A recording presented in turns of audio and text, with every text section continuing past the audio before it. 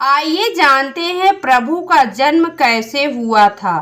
एक समय की बात है, अयोध्या के महाराज दशरथ ने पुत्र प्राप्ति के लिए यज्ञ रखा। इस यज्ञ के लिए राजा दशरथ ने अपनी चतुरंगिणी सेना को काले कान वाले घोड़े को छोड़ने का आदेश भेजा। उनकी इच्छा थी कि इस महान यज्ञ में हर कोई शामिल हो, इसलिए राजा ने सभी ऋषि मुनियों व विद्वान पंडितों को आमंत्रण भेजा।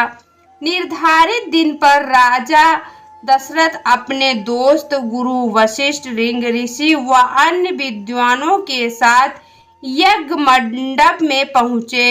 इसके बाद विधिवत रूप से यज्ञ की शुरुआत हुई।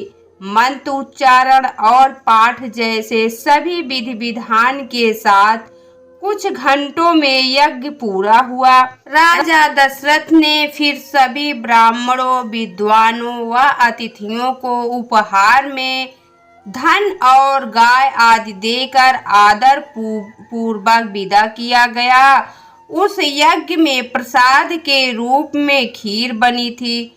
उस प्रसाद में पुत्र प्राप्ति का आशीर्वाद था, जिसे खाने के बाद तीनों रानियां गर्भवती हो गईं।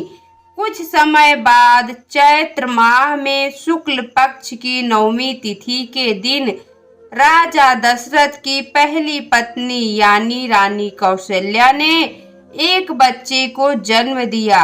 उस बच्चे के चेहरे में इतनी रौनक थी कि हर कोई देखकर समझ जाता था कि वह कोई आम बच्चा नहीं है।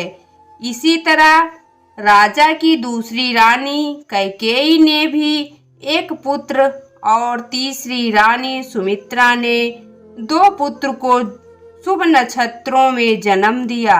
राजा दशरथ का महल और नगर 4 पुत्रों के जन्म से खिलखिला उठा। चारों तरफ आनंद और जश्न का माहौल था। पूरी प्रजा खुशी से गा व झूम रही थी। इस खुशी को देखकर देवता भी फूलों की वर्षा करने लगे। इस जश्न में शामिल होने के लिए कई ब्राह्मण भी पहुँचे और राजा दशरथ के बेटों को आशीर्वाद दिया। खुशी से झूम रहे राजा दशरथ ने ब्राह्मणों को खूब दान दिया। फिर अपनी खुशी जाहिर करने के लिए उन्होंने प्रजा व दरबारियों में भी धन, रत्न और आभूषण बंटवाए। समय आने पर सबकी मौजूदगी में चारों बालकों का नामकरण भी किया गया। महर्षि वशिष्ठ ने उनका नाम रामचंद्र, भरत, लक्ष्मण और शत्रुघ्न रखा। वक्त बीतता गया और धीरे धीरे ये चारों बालक बड़े हुए। इन चारों में राम अपने तेजस्वी गुणों के कारण प्रजा को अधिक प्रिय लगने लगे। अपनी प्रतिभा के चलते वो कम उम्र में ही सभी विषयों में महारत हासिल कर चुके थे। चाहे शस्त्र चलाने की बात हो या हाथी व घोड़े की सवारी, हर चीज में वो अव्वल थे।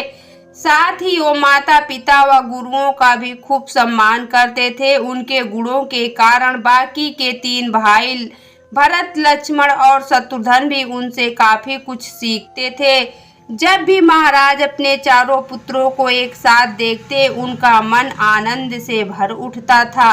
राम में मौजूद गुणों के कारण उन्हें श्री राम और भगवान तक कहा जाने लगा। आगे चलकर राम के जीवन पर 2 पवित्र ग्रंथ लिखे गए, रामचरितमानस और रामायण। दोस्तों, यदि आपको यह कथा पसंद आई हो तो वीडियो को लाइक करें, शेयर करें और हमारे चैनल को सब्सक्राइब करना न भूलें। वीडियो देखने के लिए आपका बहुत बहुत धन्यवाद।